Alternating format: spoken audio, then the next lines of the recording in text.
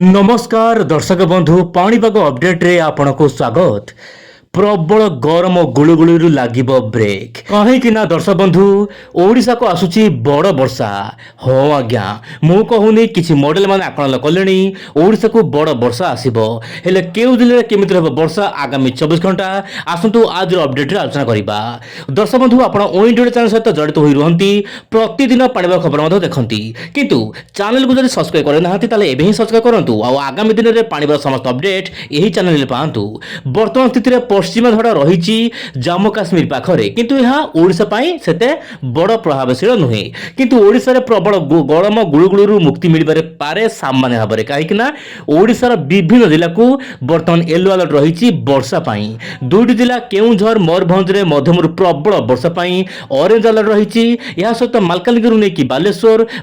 नेकी नुआपड़ा नेकी खोर्धा सबुठी मध्यम धरण वर्षा धूलीझड़ ता सहित लाइटिंग सहित घड़घड़ी देखा मिल पारे। तेज दर्शक बंधु जहाँ जना पड़ी आगामी 24 घंटा मध्य देशर विभिन्न भाग में वर्षा हेबो से अनुपात ओडिशा में वर्षा हेबो किंतु यही जो जिला गुड़िक येलो अलर्ट रही सब जिलार स्थान विशेष वर्षा हेबो सबुआड़े हेबो नाही। दर्शक बंधु वर्तमान समय देखा वायुर चलन माध्यम पाणीपाग मिजाज आप देखु उत्तर पश्चिम दिगरू शुष्क वायु बढ़ाऊँच राज्य में गरम आभ्यंतर जिला गुड़िक प्रबल मात्रा हिट वे कंडीशन यह सहित उपकूल ओडिशा छट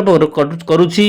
गुळुगुळी किंतु जहाँ जना पड़ी उपकूल ओडिशा दिन 11टा पर प्रबल मात्रा खरा होउची गुळुगुळी रहुची। आपण देखि पारथिबे भुवनेश्वर प्राय 40 डिग्री पाखापाखि रहुची तापमात्रा ह्यूमिडिटी मात्रा प्राय 80% रु ऊपर रहुची जहाँ कि गरम गुळुगुळी देखा मिलुची।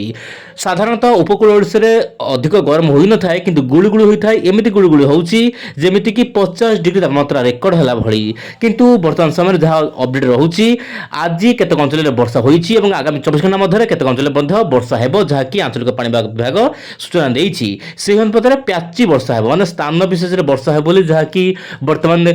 विंडीर मैप रही जहाँ जना पड़ुछि आपण देखि पारथिबे झारसुगुड़ा आखपाख अंचल मध्य वर्षा रही पारे किंतु विभिन्न अंचल वर्षा हेबो। उत्तर पूर्व राज्य गुड़िक भयंकर वर्षा जारी रही आसाम केतक अंचल मुसलधारा वर्षा होउछि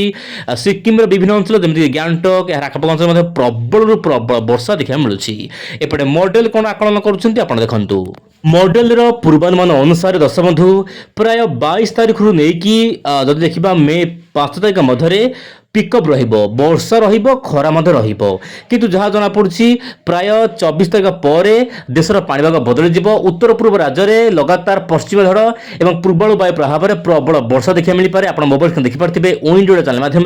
से भली ओडिशा कथा जदि आलोचना करबा मॉडल आकलन रहुछि 26 तारिख पर ओडिशा मध्य काल बैशाखी मात्रा बढ़ी पारे प्रबल वर्षा हो पारे स्थान विशेष में झड़ तोफान वर्षा बढ़ी पारे जहाँ जना पड़ी बहुत कम समय गरम देखा मिल पारे किंतु मझे तो मौसुमी बायु धोखा देव जहाँकि आईएमडी डीजी कहते चलित वर्ष मौसुमी दुर्बल रहा तो आगक देखा किंतु वर्तमान समय मौसुमी आसवाई पाग अनुकूल ना आम कह भूल हम केत मौसुमी आसो पाणीपाग को आम अपेक्षा करवा किंतु जहाँ जना पड़ी 26 तारिख पर एक्टिविटी देखा मिल पारे काल बैशाखी प्रबल मात्रा देखा मिल पारे। चैनल सहित जड़ित हो रुहंतु आगामी दिन पाणीपाग खबर पाई। एपटे मॉडल मान आकलन करुछंती बात्या को नेकी मध्य मे 5 रु नेकी प्राय 19 तारिख बा 20 तारिख मध्य साइक्लोन जेनेसिस सृष्टि होई पारे दुई सागर रे। ध्यान दियंतु दर्शक बंधु एही जो रहुची अपडेट यह परिवर्तन होई पारे दीर्घमियादी आकलन रहिछि किंतु जहाँ जना पड़छि मध्य बंगोपसागर हो ताहा सहित दक्षिण बंगोपसागर हो जहाँ भी गोटे जगार साइक्लोन जेनेसिस सृष्टि होई पारे बा लघुचाप होई पारे आमे बहुत आगु कथा होचे देखिबार कथा आगामी दिन पाणीपाग नहीं सब कौन अपडेट आसुची आपण चैनल सहित जड़ित होई रुहंतु। आज पाए एतिक नमस्कार जय जगन्नाथ दर्शक बंधु।